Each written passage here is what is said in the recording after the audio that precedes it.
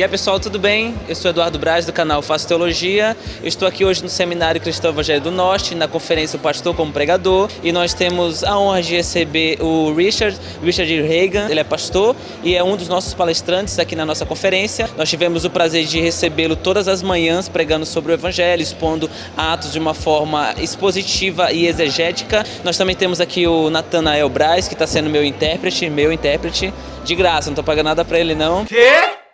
E eu vou fazer algumas perguntas para o Richard e ele vai estar respondendo para a gente, para todos nós, para que a gente possa tirar algumas dúvidas acerca da questão do Evangelho. Nathanael, eu queria que você perguntasse para ele o porquê nós devemos pregar o Evangelho. So, Pastor Richard, why is it important to preach the gospel? Because the whole world is under the wrath of God, Romans chapter 1 verse 18. Porque todo mundo está sobre a ira de Deus. Romanos capítulo 1, versículo 18. And there is a day of judgment when all people will be found guilty of their sin against God.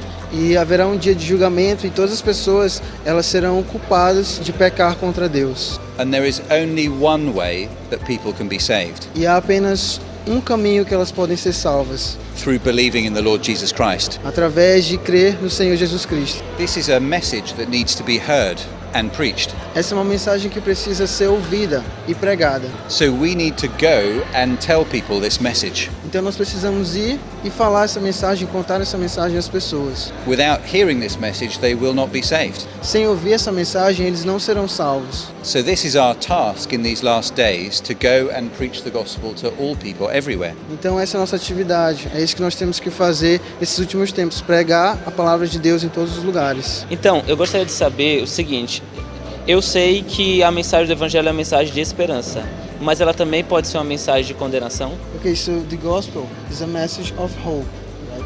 But is it also possible to be a message of condemnation? The gospel is bad news and good news. O Evangelho são as boas novas, mas também as más notícias. The bad news is that we are sinners who face judgment and hell. Então o lado ruim dessa mensagem, dessas novas, é que nós somos pecadores e nós merecemos ir para o inferno e pagar pelos nossos pecados. The good news is that we can receive forgiveness of sins and the hope of heaven. Mas as boas novas é que nós podemos ser perdoados dos nossos pecados e ir para o céu com Cristo. But we need to present both. Mas nós precisamos pregar ambos os lados. The good news doesn't make sense without the bad news before it.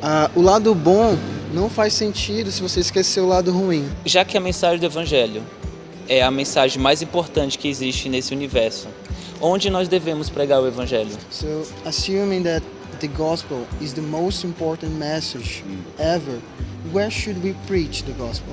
We should preach the gospel everywhere where God has placed us. So Acts chapter 17 says that God has put us in just the right place at just the right time. Acts chapter 17 verse 26 says that. A palavra de Deus fala que nós devemos pregar em qualquer lugar que nós estivermos. So God has already put us on a mission field. Então Deus nos colocou num campo de guerra. Your friends, your neighbors, your family, you are the most important person to them because you know the gospel. Então, nesse campo em que nós desenvolvemos nossa missão, os nossos vizinhos, a nossa esposa, a nossa mãe, os nossos filhos, todos eles estão ao nosso alcance para fazermos a nossa missão. So we need to pray that God would open our lips that we might declare his praise. Psalm 51. Então nós temos que orar para que Deus abra os nossos lábios para que nós possamos declarar a palavra de Deus. What is the psalm? Psalm 51. Então, Salmo 51. We need to pray for an open door for the message, an opportunity. Colossians 4. Então, lá em Colossenses 4 fala que nós temos que orar para que Deus abra as portas, para nós termos oportunidades. And we need to pray for open hearts, like Lydia opening her heart to the Lord's message in the book of Acts. Então nós temos que orar para que as pessoas abram seus corações, assim como Lídia abriu o coração dela no livro de Atos. So the mission field is where God has put us now. But we also need to think about places where the gospel is not being preached at all. Então nós temos que pregar o evangelho no lugar que nós estamos agora.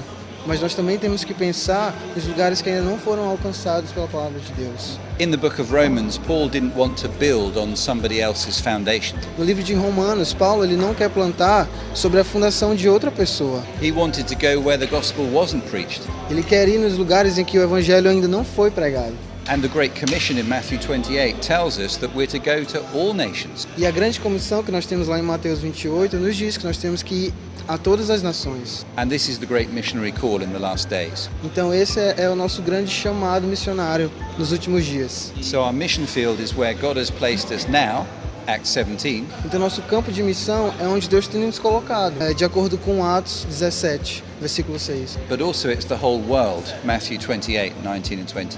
Mas também o mundo inteiro, de acordo com Mateus 28. Pregar o Evangelho é só para os pastores e pessoas preparadas para isso, ou todos nós que somos cristãos podemos pregar o Evangelho?